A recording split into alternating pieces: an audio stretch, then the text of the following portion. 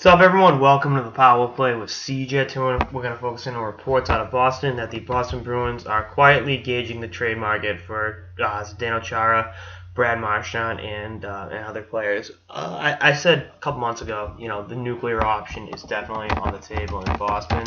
Talking about moving everyone out, tanking, not only getting a better draft pick in this year's draft and potentially, down the line, but also, you look at what can those players bring back in return to help, the rebuild. And, the worst place to be in the NHL is middle of the road. I mean, I've said that 1,000 times, and I think that continues to be the case. Going a step forward, before anyone says, the Bruins couldn't. Let's take a step back. Got to take a step back before we go forward. Sometimes everyone's knocking Haggerty for saying it because Haggerty always is lightning rod criticism. That's just his MO.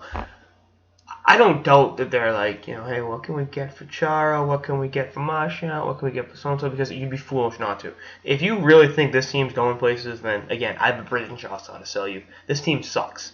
So might as well try to parlay assets that aren't going to be around in a couple of years when they get back to relevancy and, try to build, contender, again, from the ground up. It's kind of like the Bruins, like the mid-'90s to, like, mid-2000s, that 10-year run where it was like after the Stanley Cup final run in 90 and the Pittsburgh conference finals in 91, 92. Neely's body had broken down and Ray Bourque had gotten old, and Bourque played at a high level for a long time. It's not a knock on Bourque at all.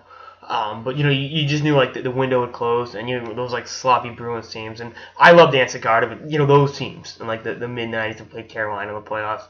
Then going into the 2000s, like Billy Guerin, guys like that. So this is kind of the situation they're in, where they have an older defenseman and kind of just a bunch of weird sort of fits. But again, before anyone says you can't build a team or tear a team apart to build it in Boston, the Bruins' roommates in the TD Garden say, obviously 2 years ago the Celtics traded away Paul Pierce, one of the most beloved players in franchise history, one of the greatest Celtics of all time. Kevin Garnett, who again helped change that franchise around, to a complete 180 back to where they, were in their glory days.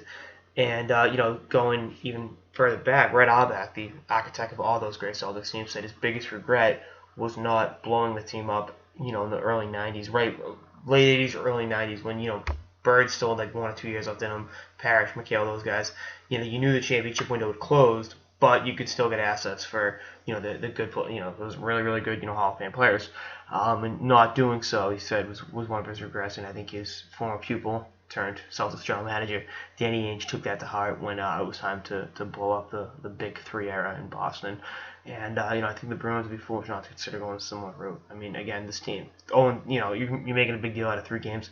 They've looked awful in all 3 games. It's just might be time for change. And going this direction may not be the worst thing in the world, but we'll see how it all shakes out. But again, bottom line, I think the Bruins are quietly kicking the tires. I don't think they're saying have everyone. I don't think they're fire sailing, but I think hey, what can we get for this, that, and the other thing? I think would be, again, we'd be stupid not to. But then again, this is Don Sweeney we're talking about, so whatever. Anyway, that's all I got from episode of the Power Play with CJ. Stay tuned for more episodes throughout the season and beyond. Later, guys.